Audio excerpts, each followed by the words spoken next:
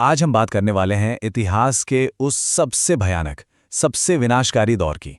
एक ऐसा युद्ध जिसने सिर्फ नक्शे नहीं बदले बल्कि पूरी इंसानियत को हमेशा के लिए बदल कर रख दिया। साल था 1939। देखिए, पहले वर्ल्ड वॉर के घाव अभी भरे भी नहीं थे और जो शांति आई थी ना, वो बस कुछ ही पल की थी। यूरोप की जमीन के नीचे एक और, बल्कि उससे भी कहीं ज्यादा भयानक जंग की आग धीरे धीरे सुलग रही थी। और इस आग को हवा दे रहा था एक आदमी, उसकी एक सोच और पूरी दुनिया पर कब्जा करने का एक सपना। यहीं से शुरुआत होती है सेकेंड वर्ल्ड वॉर की। और इसकी जड़ें, जैसा कि हम देखेंगे, बहुत बहुत गहरी थीं। तो सवाल ये है कि ये सब हुआ कैसे? आखिर इतनी बड़ी तबाही की नौबत आई क्यों?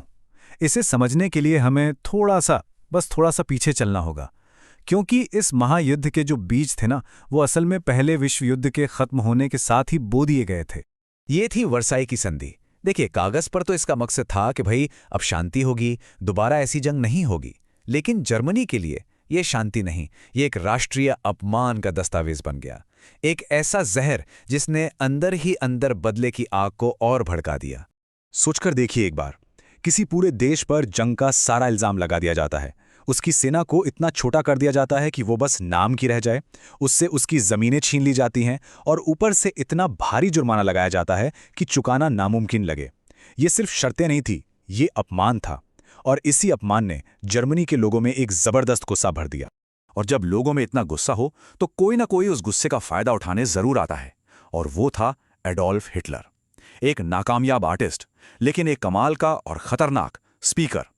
उसने लोगों के इसी गुस्से की लहर पर सवार होकर सत्ता हासिल की, लोकतंत्र का गला घोंट दिया और जर्मनी को एक बेरहम नाजी तानाशाही में बदल डाला। तो जर्मनी में तानाशाही आ चुकी थी, गुस्सा चरम पर था। अब बस इंतजार था उस चिंगारी का जो इस गुस्से को एक विश्वव्यापी आग में बदल दे। चलिए देखते हैं ये हमला शुरू कैसे हुआ।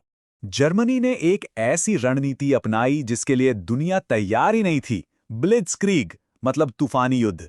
ये सिर्फ रफ्तार का खेल नहीं था। सोचिए, आसमान से बम गिर रहे हैं, जमीन पर टैंक गरज रहे हैं और उनके ठीक पीछे हजारों सैनिक एक साथ एक ही वक्त पर हमला। पोलैंड, डेनमार्क, नॉर्वे, यहां तक कि फ्रांस, एक के बाद एक देश कुछ ही महीनों के अंदर घुटनों पर आ गए। ऐसा लग रहा था मानो हिटलर को कोई रोक ही नहीं सकता। और हाँ, इस तबाही में जर्मनी अकेला नहीं था। उसके साथ थे इटली के मुसोलिनी और जापान के सम्राट हिरोहितो। इन तीनों ने मिलकर बनाया एक्सिस गठबंधन। और इन सब का मकसद वो बिल्कुल साफ था, दुनिया पर राज करना, अपनी ताकत और साम्राज्य को फैलाना।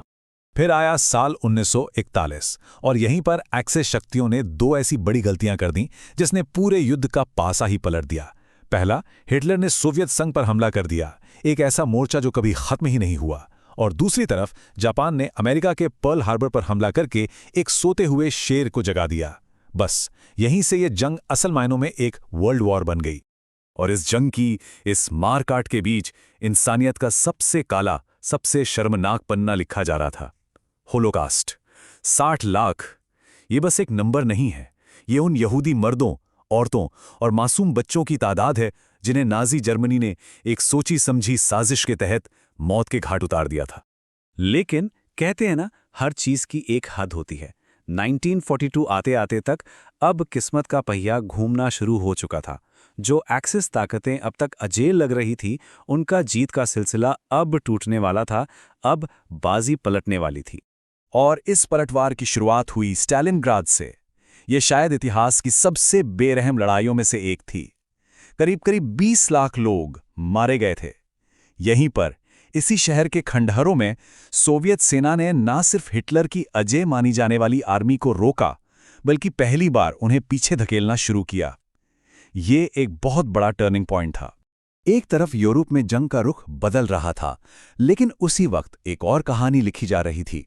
एक ऐसी कहानी जिसके बारे में अक्सर ज्यादा बात नहीं होती।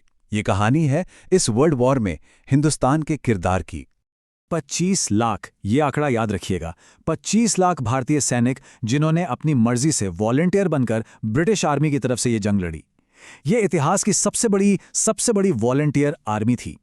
और ये सैनिक लड़े कहां नहीं, उत्तरी अफ्रीका की जलती रेत से लेकर इटली के बर्फीले पहाड़ों तक और बर्मा के घने जंगलों में हर मोर्चे पर भारतीय सैनिकों ने अपनी बहादुरी का झंडा गाड़ा। खासकर इम्फाल और कोहिमा की लड़ाई, जिसने बर्मा के मोर्चे पर जापान की कमर ही तोड़ दी। लेकिन देखिए, कहानी इतनी सीधी भी नहीं है। इसमें एक और अहम मोड़ है।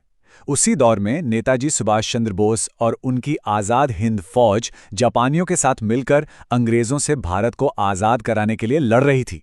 तो एक ही वक्त पर भारतीय सैनिक दोनों तरफ थे। ये दिखाता है कि उस दौर में हालात कितने पेचीदा थे। चलिए अब कहानी के आखिरी हिस्से पर आते हैं, जंग का आखिरी दौर, और देखते हैं कि इस तबाही की राख से एक बिल्कुल नई दुनिया ने जन्म कैसे लिया। यूरोप में अंत बहुत तेजी से आया। सब कुछ शुरू हुआ डी डे से, जब लाखों की तादाद में अलाइड सैनिक फ्रांस के नॉर्मंडी तट पर उतरे। वहां से उन्होंने जर्मनी को पीछे ढकेलना शुरू किया। फ्रांस आजाद हुआ और फिर सोवियत सेना बर्लिन पहुंच गई और फिर हिटलर ने अपने बंकर में खुदकुशी कर ली। नाजी जर्मनी का और उसके खौफ का अंत हो चुका था। यूरोप में तो जंग खत्म हो गई थी, लेकिन प्रशांत महासागर में जापान अभी भी लड़ रहा था। और इस जंग को खत्म करने के लिए अमेरिका ने एक ऐसे हथियार का इस्तेमाल किया जैसा दुनिया ने पहले कभी नहीं देखा था। हिरोशिमा और फिर नागासाकी पर एटम बम गिराए गए। जापान ने सरेंडर कर दिया और इसी के साथ सेकेंड वर्ल्ड वॉर तो खत्म हो गया, लेकिन दुनिया एक नए और शायद ज्यादा खतरनाक परमाणु युग में दाखिल हो गई। तो इस जंग की कुल कीमत क्या थी? इंसानी जानों में आंकड़े दिमाग को सुन्न कर देते हैं। 10 करोड़ से ज्यादा सैनिक इसमें शामिल थे और कुल मौतें करीब 7 से 8 करोड़। ये एक ऐसी तबाही है जिसकी हम आज शायद कल्पना भी नहीं कर सकते। और इस महाविनाश के बाद दुनिया पहले जैसी नहीं रही। यूरोप की ताकत खत्म हो चुकी थी। अब दुनिया में 2 नए सुपर पावर थे, अमेरिका और सोवियत संघ, और उनके बीच शुरू हुआ कोल्ड वॉर। भविष्य में ऐसी जंग को रोकने के लिए यूनाइटेड नेशंस यानी संयुक्त राष्ट्र बनाया गया। और हां, भारत जैसे कई देशों के लिए इसी जंग ने गुलामी की बेड़ियों को तोड़कर आज़ादी का रास्ता भी खोला। तो आखिर में एक सवाल बचता है, क्या ये सब जो हुआ ये इतिहास का बस एक और खूनी पन्ना था, या फिर ये इंसानियत के लिए इतिहास का सबसे बड़ा और सबसे महंगा सबक था? ये एक ऐसा सवाल है जिसका जवाब हम सबको अपने अंदर खोजना होगा।